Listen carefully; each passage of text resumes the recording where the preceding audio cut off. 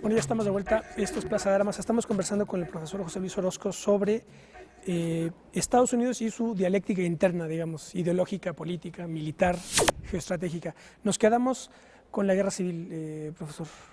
Sí, bueno, decíamos que la mayor parte de los libros de texto afirman que la guerra fue una guerra de emancipación, fue una guerra causada. Antiesclavista, digamos. Antiesclavista, sí. Con ese por motivo. la emancipación Sí. de los negros, ¿no? Desde luego, el marxismo inmediatamente refutó eso, diciendo que se liberaba a los esclavos negros para que fueran a trabajar como trabajadores industriales baratos en el norte, lo cual es también otra leyenda. El marxismo tejió otra leyenda.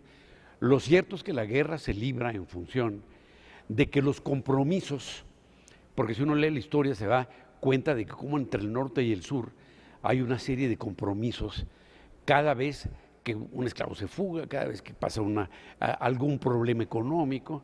Entonces los compromisos ya no se pueden lograr sin una nación más fuerte, sin la afirmación de la federación.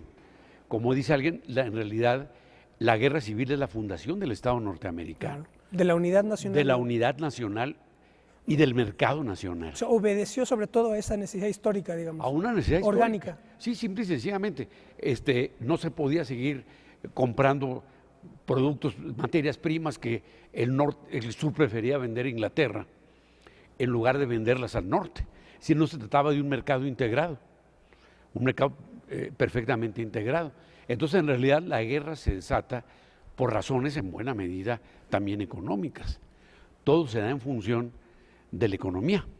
Y esto hace entonces que la guerra se libre y que al ganar el norte se dé una ocupación militar del sur bajo la influencia, aquí sí, ideológica, idealista, de una serie de llamados republicanos radicales que piden para los negros igualdad total. Cuando hablamos igualdad. de republicanos radicales, de ese momento no son lo que hoy es el Partido Republicano, ¿verdad? Es el Partido Republicano de hoy.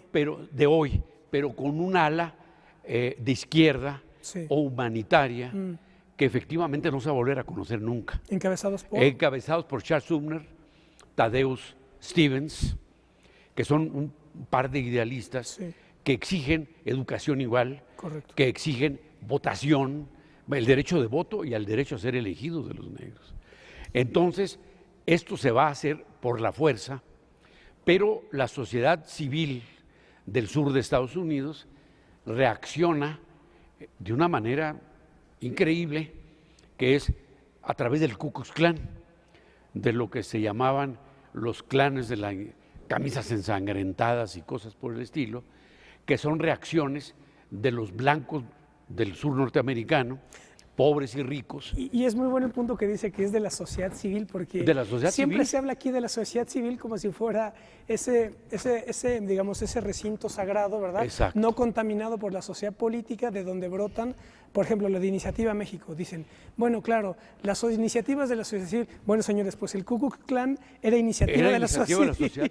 Pero absolutamente, de esa sociedad civil del sur Claro, norteamericano, es que se va a ver heroicamente hasta en películas, en films.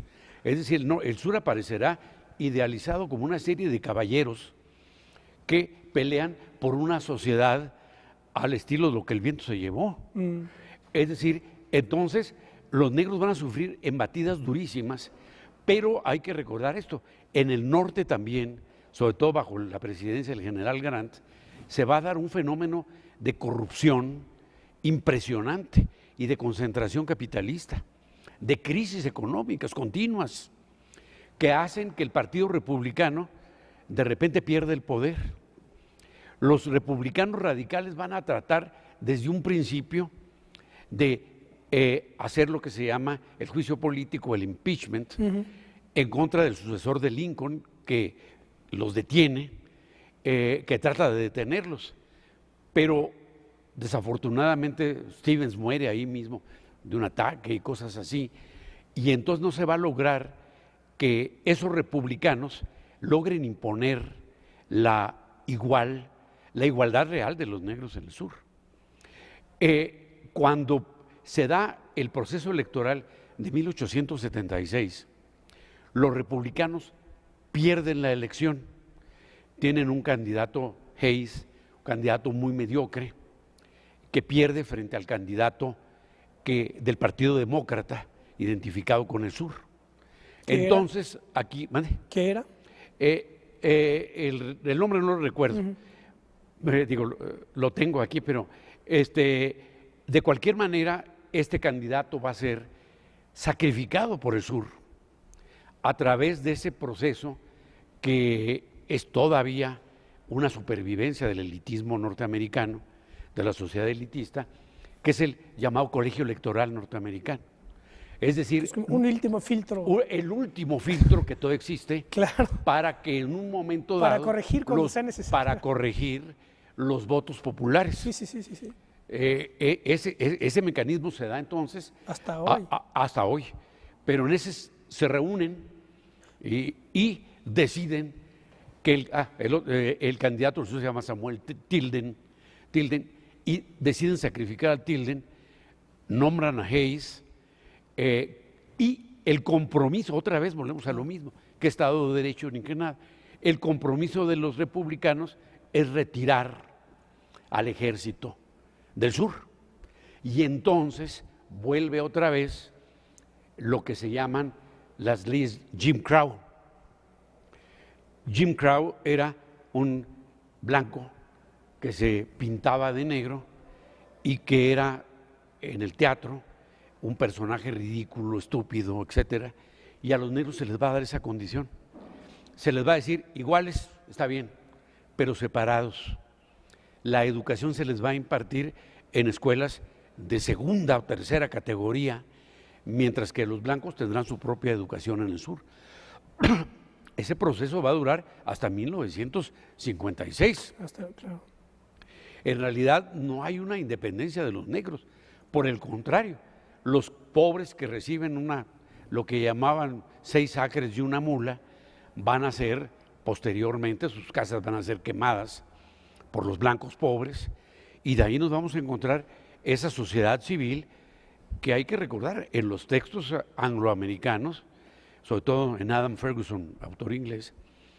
La sociedad civil es la sociedad de los empresarios, mercantil. La sociedad. Sí, es decir, esa no es la sociedad civil que en un momento dado nosotros idealizamos como algo que está en las nubes. Ellos no.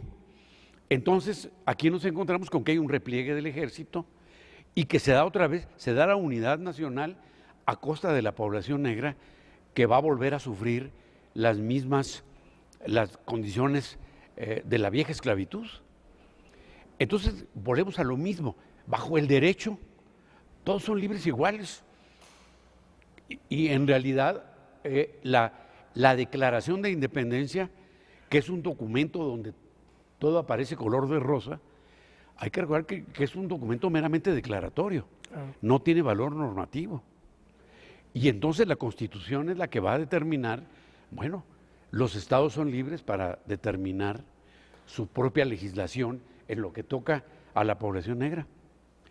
Y aquí entonces sí nos encontramos con ese problema de los pactos federales. ¿Cómo se pacta la federación? Y la manera en la cual, cómo se van a resolver las crisis económicas.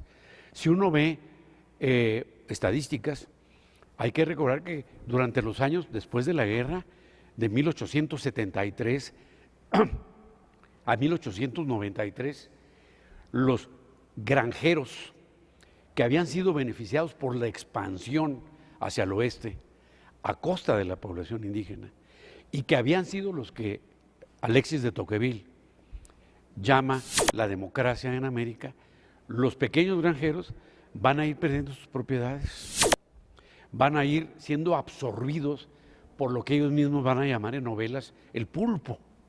El pulpo son los grandes consorcios que se forman, las grandes capitales, Rockefeller, Carnegie, Morgan, JP Morgan en Nueva York, etcétera, que van a absorber prácticamente las pequeñas propiedades. Hay un montón de juicios hipotecarios en el oeste de Estados Unidos